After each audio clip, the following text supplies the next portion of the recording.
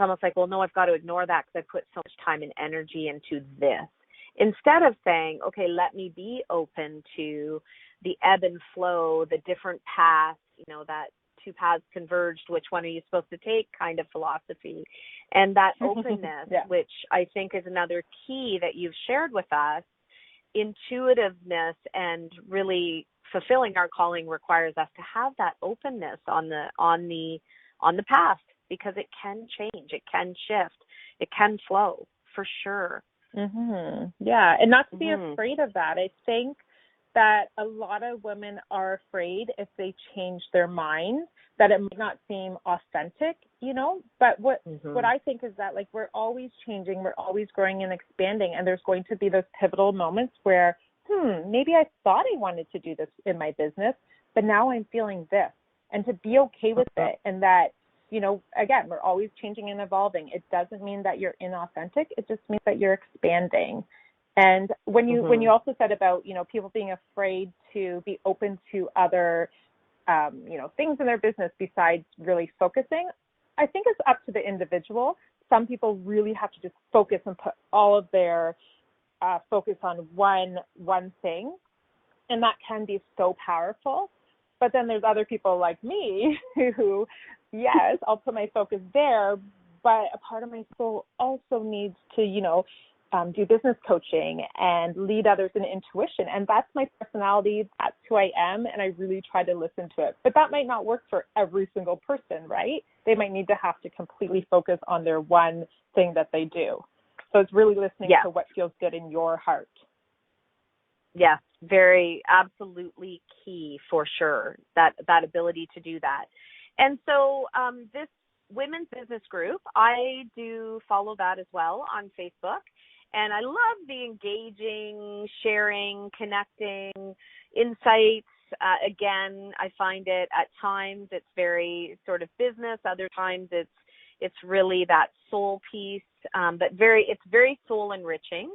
And it's women in business that are having these conversations with you and the group that you've created. So can you, again, guide our listeners how they can become a part of that?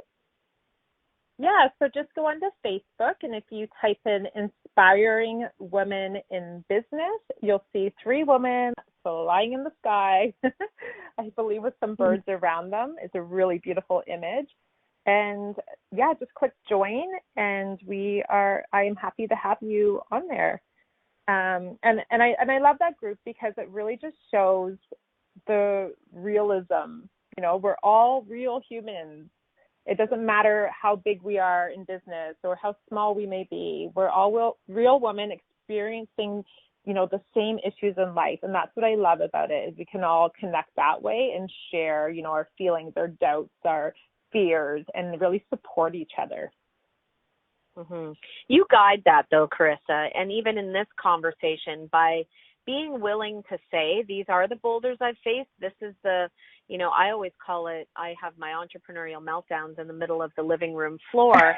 And the more that we're willing to share those with others, the more that we actually can help lead to a different place. And so that's what I really appreciate about you, is your true authenticity. And it's really helping other people so much. It's just a beautiful thing. Okay, so you are what I would call an influencer and inspiration to so many women in business.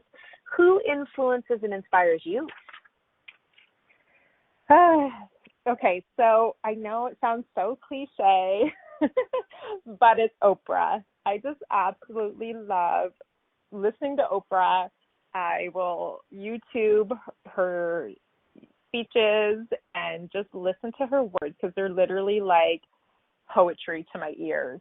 I love how she knows that there's a higher realm, and that in order to feel connected, to have a joyful life, to feel empowered, you need to know that there's something bigger than yourself, and to really connect to that, and to know that we're all connected together, and that we're all as one, and there's something bigger out there.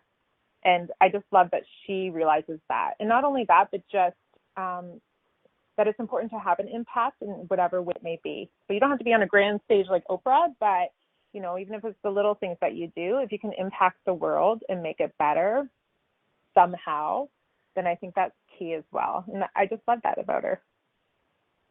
Yeah, she would be my number one too, and I don't think it's cliche at all. So we'll have an Oprah party one day, because I think, you know what, she gave us all, she gave us all permission to be, and I think that she continues to give us permission to go down a path that so many, you know, you just wonder what would it be like if she hadn't opened up the voice in so many ways for women in business, in life, and yeah, she's dynamite.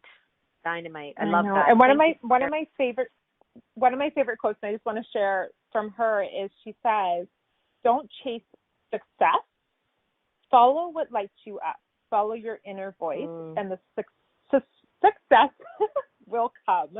And I just love that. It's just such a reminder that if we feel overwhelmed and we feel like we're constantly trying to be successful, to sit back and listen to our inner voice, to really know, like, what brings me joy. And when you do that, that's authentic, and that's what's going to draw in that success.